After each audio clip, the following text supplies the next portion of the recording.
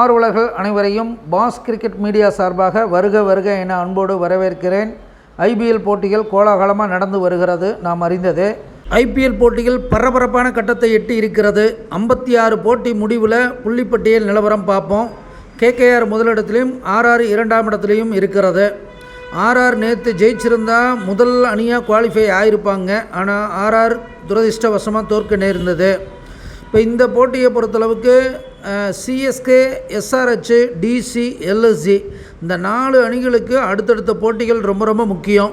இந்த 4 அணிகளில் ஏதாவது 2 அணிகள் தான் கேகேஆர் ஆர்ஆரோட 4 அணியாக சேர்ந்து வருவதற்கு வாய்ப்பு இருக்கிறது. அப்போ இந்த 4 அணிகளில் எந்த 2 அணி வரப்போகிறதுங்கிறது இனி வரும் போட்டிகள் ரொம்ப ரொம்ப முக்கியம் அந்த அணிகளுக்கு. அதில் ஒரு போட்டி தான் இன்றைக்கி நடக்க இருக்கிறது.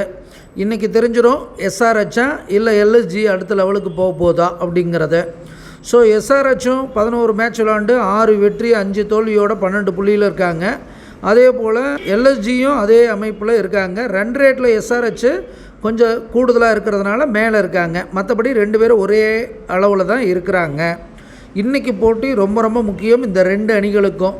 புள்ளிப்பட்டியலில் 4ஆம் இடத்துல எஸ்ஆர்ஹெச்சும் எல்எஸ்ஜி 6ஆம் இடத்துலையும் இருக்கிறது. இவங்க 2 பேர்த்துக்கான போட்டி இது பரபரப்புக்கும் விறுவிறுப்புக்கும் பஞ்சமில்லாத ஒரு போட்டியாக இருக்கும். இப்போ சமீப காலமாக அம்பையரிங்குடைய தவறான முடிவுகளால் பல மேட்ச் மாறி வந்துக்கிட்டு இருக்கிறதுங்கிறது கண்கூட தெரிகிறது. ஹெட் டு ஹெட் அப்படின்னு பார்க்கும் பொழுது இதற்கு முன்னாடி இவங்க 2 பேரும் 3 முறை மோதி 3 முறையும் எல்எஸ்ஜி தான் ஜெயிச்சிருக்கு. எஸ்ஆர்ஹெச் ஒரு வெற்றியை கூட இந்த அணிக்கு எதிராக பதிவு பண்ணலை. மதியன் 8ஆகவும் விதியன் 3ஆகவும் வர்றதுனால அது தொடர்புடைய வீரர்கள்லாம் சிறப்பாக விளையாடுவாங்க. எஸ்ஆர்ஹெச்சை பொறுத்தளவுக்கு Travis Head, Abhishek Sharma, Klaasen, Nitish Rana, அடுத்து பேட் கமின்ஸு, ஜெய்தேவ் உனக்கெட்டு, ஷபாஸ் அகமத் இவங்கெல்லாம் சிறப்பாக செயல்படுவாங்க.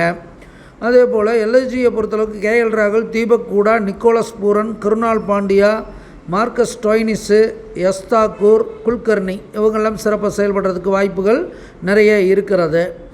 லக்னோ சூப்பர் ஜெயண்ட் அணி வெற்றி பெறுமான்னு தான் கேள்வி வந்தது. லக்னோ சூப்பர் ஜெயண்ட் தலைமையில் நீச்ச கிரகம், பாக்கியம் அதிர்ஷ்டம் தரக்கூடிய கிரகம் நீச்சமாக கெட்டு போயிருக்கிறது. எல்எஸ்ஜிக்கு ஒரு பெருத்த பின்னடைவை காட்டுது. எஸ்ஆர்ஹெச் தலைமையில் கதிர் உட்கார்ந்துருக்கிறது, 6 குடையவன் உட்கார்ந்துருக்கிறது. அவங்களுக்கும் கொஞ்சம் சங்கடம் இருந்தாலும் அதன் அதிபதி போய் நல்லா ஆட்சி பலத்தில் இருக்கிறது, 10ஆம் இடத்துல இருக்கிறது சிறப்பு. சரி, எல்எஸ்ஜியுடைய லாபஸ்தானத்தில் மந்தன் இருக்கிறது. எல்எஸ்ஜி மந்தமாக விளையாடுவாங்க, வெற்றி வாய்ப்பை நோக்கி போகிறதுக்கு ஒரு மந்தமாக இருப்பாங்க. ஆனால் எஸ்ஆர்ஹெச்சை பொறுத்தளவுக்கு லாபஸ்தானத்தில் இருக்கிறது வீறு கொண்டு விளையாடுறதுக்கு நல்ல அமைப்பு இருக்குங்கிறத காமிக்கிறது. எஸ்ஆர்ஹெச்சை நோக்கி வரக்கூடிய கிரகம் பாம்பாக இருந்தாலும் உச்ச சேயுடைய பார்வை, வீடு கொடுத்த கிரகத்தோட பார்வையும் பொன் பார்வையும் இருக்கிறது எஸ்ஆர்ஹெச்சுக்கு கூடுதல் பலம்.